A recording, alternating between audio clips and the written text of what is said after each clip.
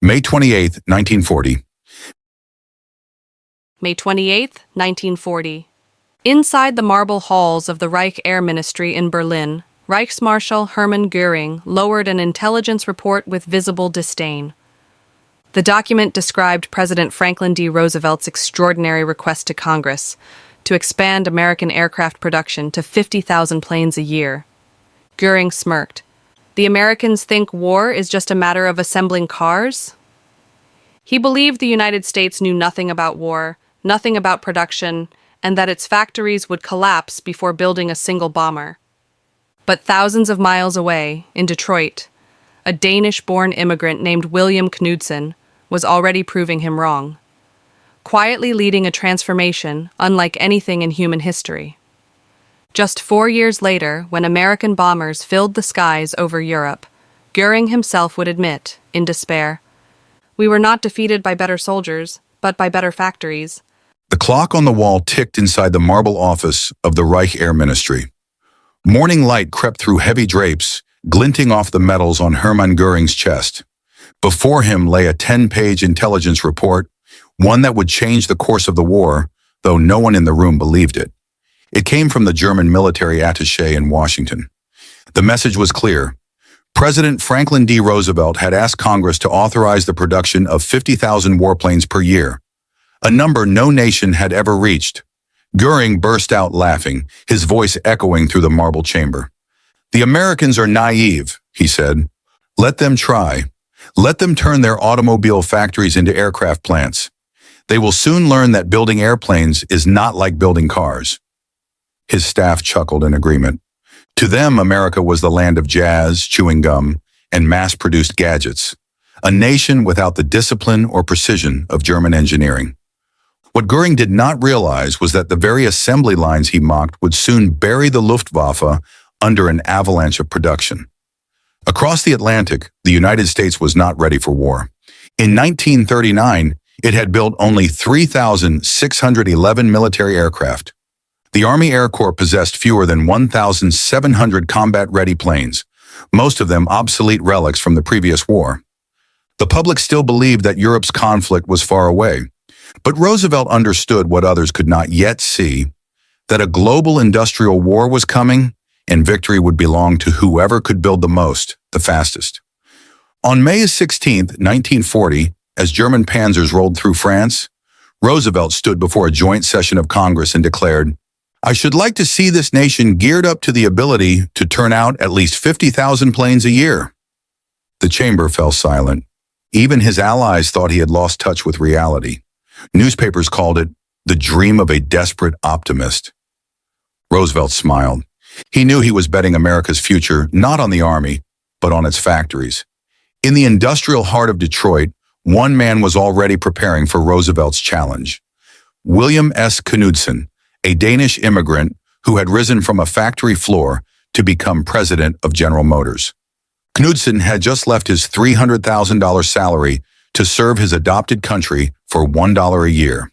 He was a man of machines, not speeches. He understood that wars were won by manufacturing, not ideology. His mission: transform America's peaceful industries into an engine of war. Automobile giants, Ford, GM, Chrysler, would now build bombers instead of Buicks. Boeing, Douglas, and Lockheed would receive orders on a scale never imagined. Knudsen didn't start from scratch. He simply took what America already did best, mass production, and taught it to make warplanes. In that simple shift lay the seed of Germany's defeat. By the summer of 1940, assembly lines across the nation fell silent. Where cars once rolled out, aluminum wings and bomber fuselages began to take shape. Factories retooled overnight. Workers retrained in weeks. The newly formed War Production Board, under Knudsen's guidance, linked thousands of small workshops into a single national supply chain. An engine block from Michigan might meet a propeller from California, bolted together in Kansas, flown from Seattle. For the first time in history, a continent became a single workshop. IBM designed punch card systems to track millions of parts. Railways ran day and night, carrying aluminum, rubber, and steel. Each train that left a station carried more than cargo. It carried momentum. America, long asleep, was beginning to wake up. Back in Berlin, Göring dismissed every warning. When Colonel Friedrich von Boedicke, Germany's attaché in Washington, reported on America's growing industrial potential, Göring scoffed. Hitler ranted about race instead of reality. Americans, he said, are half Jewish, half Negro, incapable of a sustained war effort. Their ideology blinded them to fact. Boedicke's December 1940 cable warned that American war production could reach unimaginable heights. Berlin labeled it defeatist nonsense. Even reports that American women were entering aircraft factories were seen as signs of desperation. To them, democracy's openness was weakness. They could not comprehend that voluntary cooperation might one day outbuild forced labor. That ignorance would prove fatal. By late 1941, the impossible was happening. America was producing 2,000 military aircraft per month, a 20-fold increase in just 2 years. Detroit's skyline glowed at night, lit not by neon, but by furnaces. The hum of machines replaced jazz in the air. In Seattle, Boeing expanded Plant 2 to build the B-17 Flying Fortress. In California, Douglas hired thousands of workers every week. And in Michigan, Ford announced the most audacious project of all, a bomber factory on farmland near Ypsilanti to be called Willow Run. Charles Sorensen, Ford's production chief, made a promise no one believed. We'll build one B-24 Liberator every hour. A bomber had nearly 500,000 parts, and even military planners thought it madness. Sorensen replied, "If it can't be done, we'll make it possible." On December 29, 1940, Roosevelt addressed the nation in his famous radio speech. "We must become not merely a supplier, but the great arsenal of democracy." The phrase became a battle cry. America would not just defend itself. It would arm every nation that stood against tyranny. Posters filled factory walls. "Your hands build freedom." Women stepped onto assembly lines for the first time. In place of lipstick, they wore safety goggles and gloves. They became icons, the Rosies, the Riveters. Vocational schools trained hundreds of thousands of welders and machinists. Farmers, miners, students, all joined the industrial army. Democracy was learning how to fight with torches and rivet guns. When Japan attacked Pearl Harbor, the transformation was already underway. Within months, Knudsen's network of factories roared to life. Docks filled with engines, wings, and fuel tanks. The supply chain was synchronized like a heartbeat. The same month, Luftwaffe reports reached Berlin. American industry has achieved full mobilization. Göring refused to believe them. But in North Africa, German pilots began encountering the results. Waves of B-17 and P-38 filling the skies. The shock spread through Luftwaffe ranks. The Americans, one pilot wrote, no longer seemed like amateurs. For the first time, the Third Reich faced an enemy that could replace every loss faster than it could inflict one. On what had once been quiet farmland, Ford built the largest factory on Earth, 3.5 million square feet under one roof. Its assembly line stretched a full mile long, curving in an L shape to fit the terrain. More than 40,000 workers, mostly women, labored in 3 continuous shifts. Day and night, hammers rang, rivets hissed, engines roared. The first B-24 took 10 months to finish and had to be rebuilt from scratch. Quality control was a disaster. Newspapers mocked the plant, calling it, "Will it run?" But Sorensen refused to give up. Engineers broke the bomber into thousands of modular subassemblies. They created hydraulic riveting guns, pre-wired harnesses, and mobile platforms. By 1943, defects dropped, speed rose, and the factory began to hum. By the end of 1943, one bomber rolled off the line every 63 minutes. That single plant outproduced the entire German aviation industry. Roosevelt understood something Göring never could. Production itself was a battlefield. He said, on every assembly line stands a front line. The War Production Board coordinated 184,000 companies. Douglas, Boeing, and Lockheed shared blueprints and tooling to ensure parts were interchangeable. A wing from Seattle fit perfectly on a fuselage from Los Angeles. At MIT, scientists developed radar navigation. At Bell Labs, engineers built long-range radio systems. IBM tracked production with punch-card computers. When combat revealed the B-17's vulnerability to frontal attacks, Boeing added a chin turret in just 60 days. While Germany took months to modify a design, America could do it between shifts. Adaptation became America's secret weapon. By 1942, two opposing philosophies faced each other. Germany still prized craftsmanship, precision machining, hand-built components, and small-scale perfection. Each aircraft was a masterpiece, each delay a tragedy. America valued standardization, modularity, and speed. Its bombers were not works of art. They were products, designed to be built, flown, lost, and replaced. Hitler believed superior quality would overcome quantity. He never understood that quantity becomes quality when it decides who remains in the sky. For every bomber Germany shot down, America built 5 more. For every ace pilot killed, 10 new trainees took off the next morning. War had become arithmetic. In late 1943, Göring received the first intelligence briefings about Willow Run's true output. The figures seemed impossible. Hundreds of bombers per month. He accused his analysts of lying. But when reports confirmed that a single factory in Michigan had outproduced the entire German aircraft industry, Göring said nothing. Witnesses recalled him staring at the paper for several minutes before whispering, "We are being defeated by production." By early 1943, the transformation was complete. 2 million Americans worked in aviation alone, 65% of them women. Entire towns revolved around factories. Children collected scrap aluminum. Even Hollywood turned into a propaganda engine to inspire output. Every day, engines thundered from hangars across the country, a sound not of war drums, but of industrial victory taking shape. On Roosevelt's desk, the latest report read, projected output for 1943, 85,000 aircraft. He signed it, then looked out the window toward the Potomac and said quietly, "They will understand what democracy can build."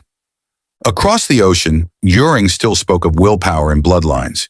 He never realized the war's fate was already sealed, not in the skies but on the assembly lines of Detroit and Seattle. By 1942, the Axis controlled more than half the globe. Hitler ruled Europe. Japan dominated the Pacific. The skies belonged to the Luftwaffe. Yet somewhere across the Atlantic, another kind of army was rising, not of soldiers but of workers. They wore coveralls instead of uniforms, held rivet guns instead of rifles. They didn't march, but their footsteps echoed through steel hangars from Michigan to California. Their battlefield was the factory floor. Their victory would be measured in production reports. Factories that once built cars now pulsed with a new rhythm. Ford, General Motors, and Chrysler no longer competed for customers. They competed for output. At the Rouge River complex, Ford's engineers dismantled entire assembly lines and rebuilt them for aircraft production. Welders who had never seen an airplane blueprint learned to craft bomber wings. Machinists who once polished chrome now shaped aluminum and steel. Roosevelt called it the greatest industrial miracle in human history. And it was only beginning. By mid-1942, the arsenal of democracy was no longer an idea. It was a continent-sized organism in motion. Under the direction of William Knudsen and Donald Nelson, the War Production Board orchestrated an industrial symphony. Over 184,000 companies joined the wartime supply network. Each had its own role: engines, propellers, landing gear, instrumentation, or ammunition. Every part of the nation became essential. Oregon smelted aluminum, Pennsylvania rolled steel, California assembled bombers, Texas refined aviation fuel. The genius of the American system wasn't centralization, it was coordination. Instead of one giant ministry, the U.S. used thousands of independent suppliers working toward the same goal. Freedom, guided by purpose, became more efficient than dictatorship under fear. By early 1943, the Willow Run bomber plant had become both a symbol of hope and ridicule. Critics called it Ford's folly. The first aircraft were disasters: leaks, cracks, misaligned rivets. Out of the first 200 bombers built, half were sent back for complete reconstruction. Production lagged. The press mocked Ford, saying, "You can't mass-produce miracles." But Charles Sorensen refused to accept defeat. He studied every step, every delay, every error. He reorganized assembly into sublines, each responsible for a portion of the plane. The bomber's 488,000 parts were cataloged into systems and modules. Hydraulic tools replaced hammers. Wiring harnesses came pre-fitted. Entire wings arrived by rail, ready for final assembly. By September 1943, Willow Run was producing 148 bombers per month. By December, 365. Then came April 1944, 428 B-24 Liberators in 1 month, a plane every 63 minutes. That factory alone outbuilt the entire German Luftwaffe. Inside the Reich Chancellery, reports from the Luftwaffe's intelligence branch painted a grim picture. They warned that America's industrial surge was unstoppable. Factories were running around the clock. Production rates were beyond comprehension. But Hitler refused to listen. He insisted that the Americans lacked the will to fight. He mocked the reports as Jewish exaggerations. One officer remembered, "Our Führer did not understand mathematics. He understood only belief." That belief blinded him. By 1943, Germany was losing the war not on the battlefield, but on the production line. In January 1943, Germany produced 1,000 fighters. The United States produced 2,500. By the end of that year, Germany, 25,000 aircraft. United States, nearly 85,000. For every German plane destroyed, 5 American replacements rolled out of a hangar somewhere in the Midwest. The mathematics of war had shifted. Quantity had become its own strategy. In February 1944, the Allied Air Forces launched Operation Argument, later known as Big Week, a coordinated assault on German aircraft production. From England and Italy, more than 3,500 bombers took off over 6 days, escorted by swarms of P-51 Mustangs. Their targets, aircraft factories, assembly plants, and supply depots. The Luftwaffe scrambled to defend them.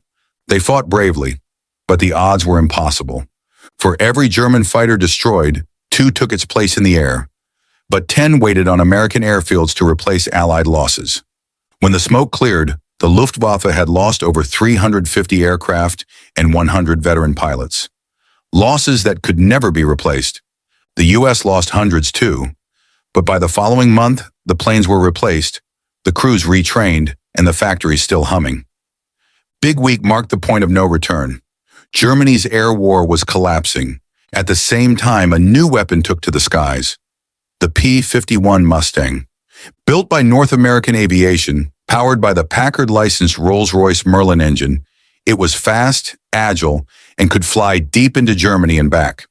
With drop tanks, the Mustang could escort bombers all the way to Berlin. For the first time, the Luftwaffe faced enemies that could fight and endure. German pilots called them Indians because they seemed to appear everywhere, circling, relentless. Major Heinz Baer, one of Germany's top aces, recalled a mission over Brunswick. The bomber stream stretched from horizon to horizon. We were 8 fighters against hundreds. It was hopeless. The tide had turned. Technology and production had fused into one overwhelming force. By mid-1944, the Luftwaffe was a shell of its former self. Fuel shortages grounded squadrons. Maintenance crews lacked spare parts. New recruits flew with only 50 hours of training. The old guard, the ace pilots of 1940, were dead or exhausted. Those who survived watched the sky darken with Allied bombers. They could no longer stop. One officer wrote in his diary, "We no longer fight to win. We fight because it is expected." Meanwhile, the Americans treated combat as a supply chain. Planes, fuel, and pilots flowed continuously from the United States to Europe. Losses were mere numbers in an accounting report. The war had become mechanized, and the machines were winning. The American production miracle did not stop at aircraft. General Motors produced 57,000 aircraft engines. Packard built 55,000 Rolls-Royce Merlins under license. Alcoa increased aluminum output by 600%. Dow Chemical's magnesium production grew from 6 million pounds to over 300 million. Every industry was synchronized into the war effort. Steel from Pittsburgh, copper from Arizona, rubber from Louisiana, all funneled into one massive flow. No other nation in history had ever mobilized so completely, so efficiently. While Germany dug its factories deeper underground, America expanded them outward, in open air, sunlight, and optimism. In 1941, women made up less than 1% of America's aircraft workforce. By 1943, they were 65%. At Douglas Aircraft in Long Beach, 22,000 of 41,000 employees were women. At Willow Run, 310,000 women worked across the industry, riveting, wiring, inspecting. One of them was Rose Will Monroe, the real-life Rosie the Riveter. She drove 3,000 rivets per shift with 99.5% accuracy. Women inspectors reduced defect rates from 3.2% to 0.3%. Tools were redesigned for smaller hands and became more efficient for everyone. What the Nazis called a sign of weakness became a symbol of democratic strength. For every man at the front, there were 10 behind him. Engineers, welders, clerks, drivers. They worked with an intensity that rivaled combat. Shift whistles blew like air raid sirens. Lunch breaks lasted minutes, and still, morale was high. Why? Because every worker knew what their labor meant. At the Willow Run cafeteria, posters hung above the tables. Every bolt you tighten shortens the war.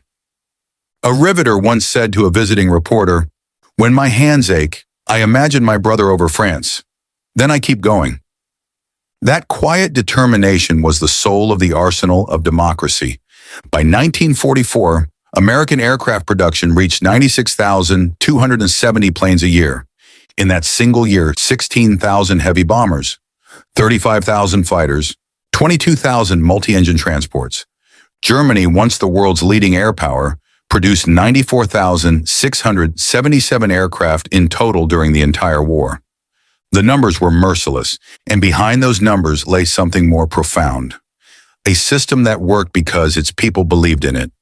When dawn broke over Normandy, 11,590 Allied aircraft filled the sky.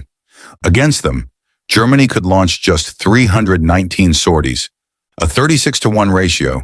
Bombers, fighters, transports, all coordinated in a single industrial symphony. It was not just an invasion of soldiers, but an invasion of production capacity. The D-Day landing succeeded not because of strategy alone, but because America's factories had made it inevitable. The war's turning point was not on the beaches. It had already been decided years earlier, in the roar of Detroit's assembly lines. After D-Day, Göring was a broken man. Witnesses recalled him pacing in his office, muttering, "They build faster than we can shoot." Reports showed that American bombers now struck Germany's industrial heart every day. Entire cities vanished under ton after ton of explosives. The Luftwaffe could no longer defend them. By August 1944, Germany was losing 1,200 fighters a month, while producing only 1,000. America, by contrast, built 2,500 fighters every month, losing just 400. The math was final. The Reich was finished. It just hadn't fallen yet. By late 1944, the arsenal of democracy had achieved full dominance. Boeing's Seattle plant rolled out 16 B-17s per day. Lockheed produced a P-38 Lightning every 90 minutes. North American aviation turned out 500 P-51s per month. Meanwhile, Germany's underground factories, manned by slaves, could barely function. Each engine took longer to assemble. Each plane carried more defects. The contrast was absolute. Precision born of oppression versus efficiency born of freedom. The war's outcome was no longer in doubt. What began as Roosevelt's impossible dream had become the world's decisive fact. From 3,611 planes in 1939 to nearly 300,000 by 1945, a hundredfold increase. In every sense, this was the landing. The moment when industrial strength hit the ground and changed the world. The factories of America had not just built airplanes, they had built the means to reclaim continents. Each engine, each wing, each rivet was a declaration that democracy could outbuild tyranny. And from that moment on, history's balance tilted, permanently. In the spring of 1944, deep inside the Harz Mountains of central Germany, the sound of machines echoed through darkness. Long tunnels stretched for miles beneath the earth. The walls were slick with condensation, the air thick with dust and oil. Under flickering bulbs, thousands of prisoners in striped uniforms shuffled forward, pushing carts of steel and wiring. They were the invisible workforce of the Reich, slaves from Buchenwald, Dachau, and Dora. Their task, to build Hitler's miracle weapons, the V-2 rockets and the Me-262 jet fighters. The Nazis called these tunnels the Mittelwerk Complex, For the men and women trapped inside, it was hell. They slept beside their machines, inhaled metal dust, and died where they stood. When a worker collapsed, a guard dragged the body away and another took his place. Every day, hundreds died. Every night, the line kept moving. A survivor later said, "We were no longer human beings. We were parts of the factory." This was Germany's answer to America's assembly lines. Not efficiency, but brutality. And it would destroy them from within. By mid-1944, the Reich's industrial system was unraveling. Air raids had crippled transportation. Coal supplies were gone. Factories had been forced underground, their production scattered in hundreds of tunnels and caves. Albert Speer, Minister of Armaments, warned Hitler, "The system cannot survive without energy or movement." He was right. Every component of Germany's war machine, from engines to ball bearings, depended on railroads that no longer existed. Steel shipments stopped, rubber disappeared. Electricity failed nightly. The vaunted German precision turned into chaos. Airframes didn't fit their wings. Engines arrived late or not at all. Wiring harnesses caught fire on takeoff. Factories that once symbolized order now operated in delirium. The Luftwaffe, once the pride of Nazi science, was collapsing under its own weight. At Kernhall, Göring's estate north of Berlin, the Reichsmarshal sat before a map covered in red arrows, Allied advances from every direction. He still barked orders, still demanded miracles, but his voice trembled. Reports showed that aircraft losses exceeded production. Fuel stocks were nearly gone. Pilots were dying faster than replacements could be trained. In one meeting, he slammed his fist on the table. "We must fight to the last plane." An officer replied quietly, "My Führer, we have no planes left." Göring stared at him in silence. He knew it was true. The Luftwaffe, his Luftwaffe, had become a ghost. By late 1943, German pilots began to notice something terrifying. The sky itself had changed. Each week, there were more American aircraft. In the skies above Tunisia, Major Johannes Steinhoff of JG-77 wrote, "The Americans are no longer amateurs." The most disturbing thing is, there are more of them every day. By 1944, bomber streams stretched from horizon to horizon, B-17 and B-24s in endless formation, escorted by hundreds of P-51 Mustangs. For every German fighter, there were 20 enemies. Young cadets, barely out of flight school, were thrown into battle with only weeks of training. Half died on their first mission. Many never fired a single round. One Luftwaffe instructor lamented, "We have planes without fuel, fuel without pilots, pilots without hope." As American production reached its peak, the bombing of Germany became relentless. By 1944, entire cities were erased from the map. Hamburg, Cologne, Essen burned to ash. Berlin endured 100 air raids in a single year. The raids were not random. They followed a pattern: destroy transportation, oil, and aircraft plants. Each week, a new piece of the German war machine vanished under the flames. A report from the U.S. 8th Air Force in 1944 noted, "Industrial paralysis is now self-sustaining." Germany's industrial power had once been its shield. Now it was a target. Every furnace that forged steel became a beacon for bombers. Every engine built invited destruction. With millions of men at the front, Germany's factories emptied. To fill the void, the regime turned to forced labor. By 1944, over 11 million foreign workers toiled across the Reich. Poles, French, Dutch, Italians, Russians, children, women, even prisoners of war. They worked at gunpoint on starvation rations. Some sabotaged parts deliberately, reversing wires, dulling drill bits, inserting sand into engines. Every act of defiance cost lives, but they persisted. A German engineer at Heinkel later wrote, "We no longer managed a factory, we managed a prison." Productivity collapsed. Machines broke down. The Luftwaffe began receiving planes that couldn't fly. The Third Reich was being strangled by the very system it had built. By late 1944, despair seeped into every corner of Germany's war industry. Inside bombed-out workshops, workers whispered songs of surrender. Gestapo agents patrolled assembly lines, searching for defeatist talk. But even officers no longer believed in victory. One Luftwaffe lieutenant wrote, "We take off in the morning, knowing that by nightfall, half of us will be dead. Speer continued to push for total war. He ordered every man, woman, and child to work longer hours. But there were no materials left to shape, no fuel left to transport, no machines left to repair. He finally told Hitler, "We are asking for miracles from ashes." The numbers told the story better than any speech.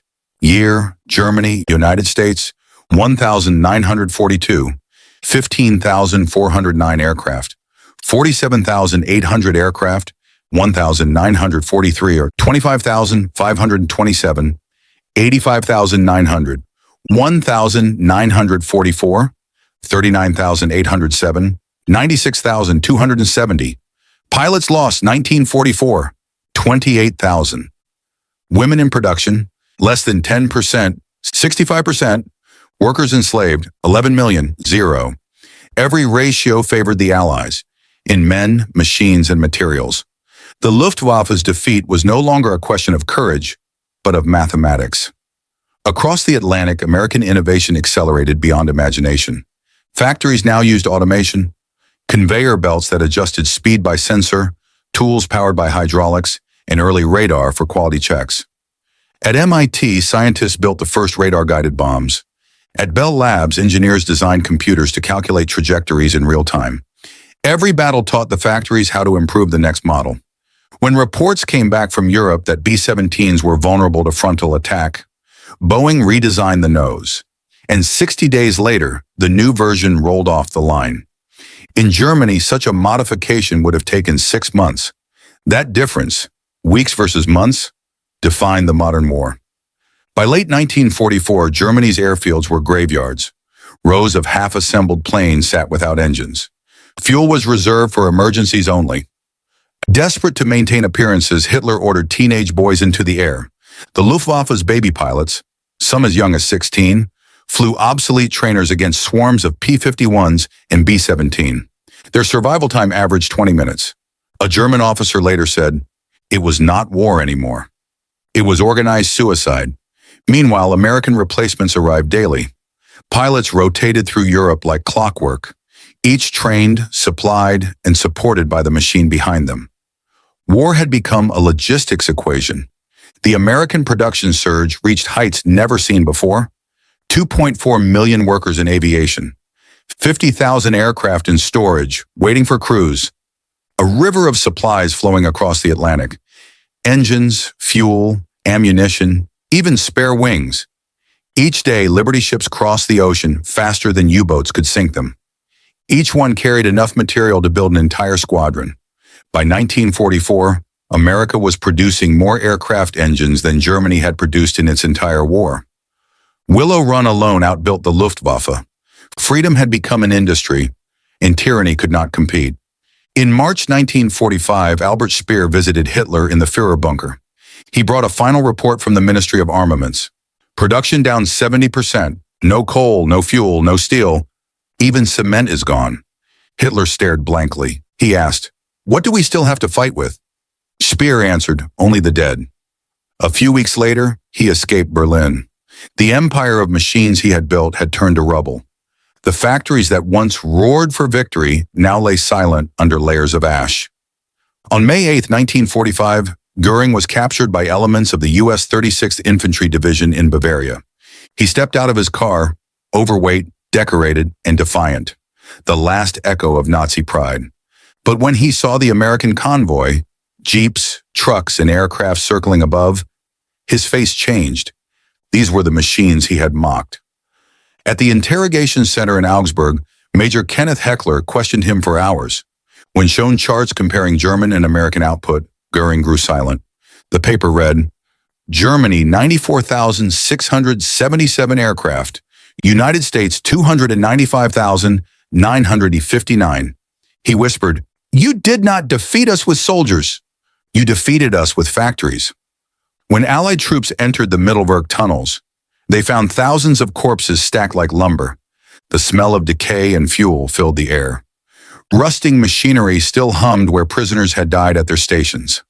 An American officer said, "This was not a factory. It was a graveyard that produced airplanes." The myth of German efficiency died there, among the tunnels and bones. Perfection built on fear cannot last. Precision powered by cruelty cannot win. In the end, the Reich's industrial might devoured itself, a machine that consumed men faster than it made machines. In April 1945, just days before his death, President Roosevelt read his final aircraft production report. It listed 9,700 planes completed in March alone.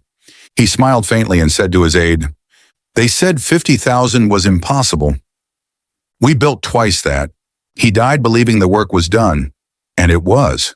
The factories had won the war long before the soldiers reached Berlin. By the time the Red Army entered Berlin, Germany had no oil, no air force, and no hope. The Luftwaffe had ceased to exist as a fighting force. The industrial empire that had once been the envy of the world was a smoking ruin. The Reich, which had prided itself on order, precision, and control, ended in chaos. Its factories had become tombs, its workers prisoners, its leaders delusional. And the man who once laughed at Roosevelt's dream of 50,000 planes now sat in an American cell, calculating numbers he could never comprehend. The war within the war, the industrial war, was over, and its verdict was absolute. Democracy, through freedom and cooperation, had outproduced dictatorship built on fear. The Allies had proven that voluntary unity was stronger than forced obedience, that the human will to build could not be enslaved forever. The Luftwaffe was not destroyed by bombs alone. It was destroyed by arrogance, by blindness, by a refusal to understand that human dignity is the ultimate engine of production. In the years that followed, Allied investigators documented every detail of the Mittelwerk and Dora complexes. Over 20,000 prisoners had died building the V-2s. The rockets that once terrified London had been powered by corpses. A survivor said, "Each missile carried a piece of someone who died making it." The Allies learned that Germany's pursuit of total control had produced total collapse. The machine survived. The men did not. When the war ended, American engineers toured the ruins of the Reich's factories. They found brilliant designs, jet engines, rockets, advanced aerodynamics, but no system to sustain them. They realized that ideas alone are not power. Production is. And production depends on people. Free, motivated, capable of thinking and creating. That became the foundation of the post-war world. The same factories that had built bombers now built cars, homes, and the tools of peace. The workers who had once riveted B-24s would raise children who walked on the moon. The arsenal of democracy had not only won the war, it had invented the modern world. By 1945, the American Air Forces dominated the sky so completely that they ran out of targets. In the final months, entire bomber formations returned to base with their payloads unused. Germany's airfields were gone, its cities rubble. The Luftwaffe's last operational jet, the Me-262, was a marvel of engineering. 100 miles per hour faster than any Allied fighter. But it came too late. Barely 200 ever flew in combat. Their engines lasted 10 hours before failure. Their pilots had hours of training. Technology without infrastructure is just debris with ambition. In prison, Göring obsessed over numbers. He demanded production statistics, charts, and comparisons. He would stare at them for hours. Psychologist Gustave Gilbert wrote in his journal, he was haunted not by guilt, but by arithmetic. When shown that America had produced over 812,000 aircraft engines, he simply muttered, "That damned factory broke our backs." That factory, Willow Run, had become his nightmare, his reckoning, his symbol of defeat. In the end, the hell within was not fire or blood. It was the slow realization that tyranny had turned its own genius into its enemy, that the system built to control everything had lost control of itself. The Reich was not destroyed from the outside. It rotted from within, in its tunnels, in its ideology, in the blindness of its leaders. Göring laughed in 1940 because he believed democracy was weak. In 1945, he died knowing that democracy had outbuilt, outlasted, and outthought him. The war of machines ended not with an explosion, but with a silence. The hum of factories now stilled the echo of engines fading under the rubble. Berlin was dying. The sky was a constant shade of smoke. Every explosion tore through the silence like a heartbeat fading into the dark. The streets were lined with wreckage, burnt tanks, shattered trams, the skeletal remains of buildings. People move like ghosts between piles of rubble, carrying buckets of water that never reach their destination. From the underground bunker, Hitler listened to the thunder above and called it the music of destiny. But destiny had already chosen its side. The industrial world he mocked had turned against him. Factories, not armies, had sealed the fate of the Reich. In the final days, Göring's name meant little even inside the bunker. The Luftwaffe no longer existed. The mighty force he once commanded had vanished from the skies. On April 22nd, he sent a message to Hitler, suggesting he assume command if the Führer were incapacitated. Hitler exploded with rage and stripped him of all titles. For the first time, Göring said nothing. He simply stared at the wall and whispered, "The war is over." He had been right, but 4 years too late. By May 1945, the final tally of war production was clear. Category United States, Germany was aircraft, 295,959, 94,677 in engines, 812,000, 247,000 tanks, 88,000, 46,000 trucks, 2.3 million, 346,000 warships, 6,000, 1,500. For every weapon the Reich produced, the Allies built 5. For every factory the Luftwaffe destroyed, the Americans built 2 more. Quantity had become the ultimate weapon, and Germany had lost the war of arithmetic. In the ruins of German industry, silence replaced the sound of engines. The great assembly halls of Messerschmitt and Junkers lay in dust. Half-finished planes sat like carcasses on assembly lines. Wings without engines, fuselages without pilots. The precision that once defined Germany was gone. In its place stood chaos, exhaustion, and despair. Workers who had once built with pride now scavenged for food among the rubble. The Reich's mechanical empire, once its source of strength, had devoured itself. Albert Speer would later write, "We built weapons faster than we could control them." In the end, the machines ruled us. At Rams, in a small schoolhouse converted into Allied headquarters, Germany signed its unconditional surrender. The document was simple, just 2 pages, but it ended 12 years of tyranny and 60 million deaths. When word reached Berlin, no one celebrated. There was nothing left to celebrate. The streets were filled with ashes. The air smelled of oil and smoke. The people stood still, staring at the horizon that once held promise. Now only silence. The factories that had once given life to the Reich had become its tombs. That same day in the mountains of Bavaria, a convoy of American jeeps approached a grand villa. Göring's refuge, Karenhall. He stepped out, draped in furs, medals glittering, his stomach heavy with arrogance and defeat. When he saw the American soldiers, he straightened his uniform. He had once laughed at their assembly line army. Now he was surrounded by it. In the interrogation room at Augsburg, Major Kenneth Heckler laid a report in front of him. It read, "Total aircraft produced by the United States, 295,959. Total produced by Germany, 94,677. Göring blinked, silent. Then he said quietly, "It cannot be. No nation can build that many planes." Heckler replied, "You laughed at 50,000, Marshal. You never understood America." Göring stared at the page until his hand began to shake. "We were defeated by production," he whispered, "by people who believed in their work." 1 year later, in 1946, Göring stood trial at Nuremberg. He no longer commanded legions. He no longer smiled. During the hearings, prosecutors presented films of Willow Run in Detroit, assembly lines stretching to the horizon, women riveting wings, endless rows of engines. The screen flickered with light, images of the factories that had broken his empire. When the footage ended, the court fell silent. Göring looked at the judges and said softly, "Those factories were our real enemy." He was sentenced to death. On October 15, 1946, he swallowed a cyanide capsule in his cell. A final act of control in a life that had lost all control. When the war ended, the same factories that had built bombers turned to peace.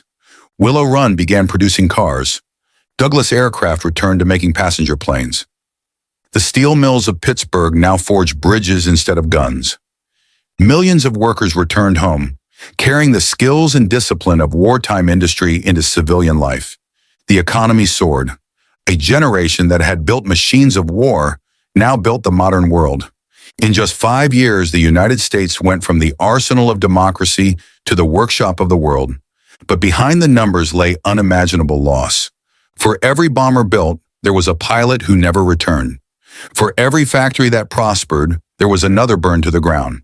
In Germany alone, over 7 million civilians died under Allied bombs. Entire cities vanished. Dresden, Hamburg, Berlin. And yet the survivors said the same thing. We built death, and death came back to us. At the ruins of the Mittelwerk tunnels, American soldiers found thousands of corpses, the victims of forced labor. They had died building the rockets that were meant to save the Reich. Instead, they became its final monument. In 1946, at a lecture in Washington, economist John Kenneth Galbraith said, "The miracle was not what we produced. The miracle was that we did it freely. That was the true secret of America's success. Not steel or money, but freedom. A system where people worked because they believed, not because they were forced. Where innovation was not dictated, but discovered." That same spirit carried forward into the post-war years, into the jet age, into space, into the digital world. The same people who built the bombers built the future. The story of Göring's laughter and America's response is more than a tale of war. It is a lesson in perception, how arrogance blinds and how underestimation destroys. Göring believed democracy was weak. He thought free people could not endure hardship, that capitalism bred laziness. He was wrong. Democracy proved that freedom and discipline are not opposites. They are partners. And when joined, they create a force no tyranny can match. Every rivet in every B-24, every shift worked at Willow Run, was an act of defiance, not just against fascism, but against the idea that order must come from fear. From 1939 to 1945, 15 million Americans worked directly in war industries. 310,000 women worked in aviation alone. Each month of 1944 saw more aircraft than Germany built in a year. When Roosevelt had first spoken of 50,000 planes, the world laughed. 5 years later, the world stood in awe. The United States had not just built machines. It had built a new civilization powered by organization, collaboration, and faith in the possible. Yet victory carried a shadow. For the next generation, war and industry would never again be separate. Factories that built freedom would now build deterrence. Jets, missiles, atomic bombs. The same system that saved the world would also hold it hostage in the Cold War. The arsenal of democracy had proven its strength. Now it had to learn restraint. But that is another story.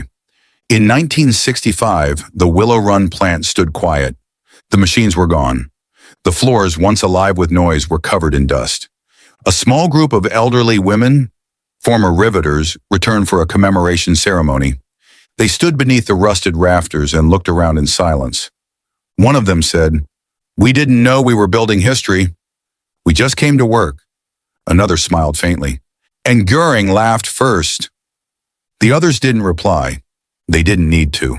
The silence spoke louder than words. In hindsight, the story of the 50,000 plane plan is a story of faith. The faith that free people could organize themselves to do the impossible. It was never just about aircraft. It was about what a society could achieve when every individual contribution mattered. The Germans built through coercion, the Americans through conviction. One system created fear, the other purpose. And purpose, multiplied by millions, is unstoppable. That is why the factories triumphed where the armies could not. After the war, philosopher Hannah Arendt wrote, "Evil can be banal, but good too can be ordinary." In that sense, the arsenal of democracy was a moral victory disguised as an industrial one. Ordinary people, performing ordinary tasks, achieved something extraordinary. They did not seek glory, they sought completion. Each piece of metal, each bolt and wing, was a quiet testament to human cooperation. The one thing totalitarianism could never mass produce. The war left Europe in ruins and America unscathed. Its factories, untouched by bombs, became the foundation of a new global order. Planes that once carried bombs now carried passengers. Supply chains built for war now carried prosperity. In 1945, half of the world's industrial output came from the United States. The American century had begun, not through conquest, but through production. The arsenal of democracy had become the foundry of peace. Fate in it, a single B-24 Liberator sits on an abandoned runway in Michigan. Its silver fuselage glints in the afternoon light. Grass grows through the cracks in the concrete. A plaque nearby reads, "From 50,000 planes promised to 100,000 built each year. Here, freedom learned how to work." The wind rustles across the field, carrying with it the faint echo of engines long gone. The sound fades, replaced by silence. A silence not of despair, but of completion. Göring once said, "They build cars, we build history." He was wrong. They built both. In the end, America's factories were more than machines. They were the manifestation of an idea that ordinary people, when united by purpose, can outbuild tyranny, outlast oppression, and outthink fear. That idea still hums quietly in every engine, every assembly line, every innovation that followed. The arsenal of democracy did not end in 1945. It simply changed shape. The man who laughed at 50,000 planes was buried beneath 300,000. The laughter stopped, but the hum of industry never did.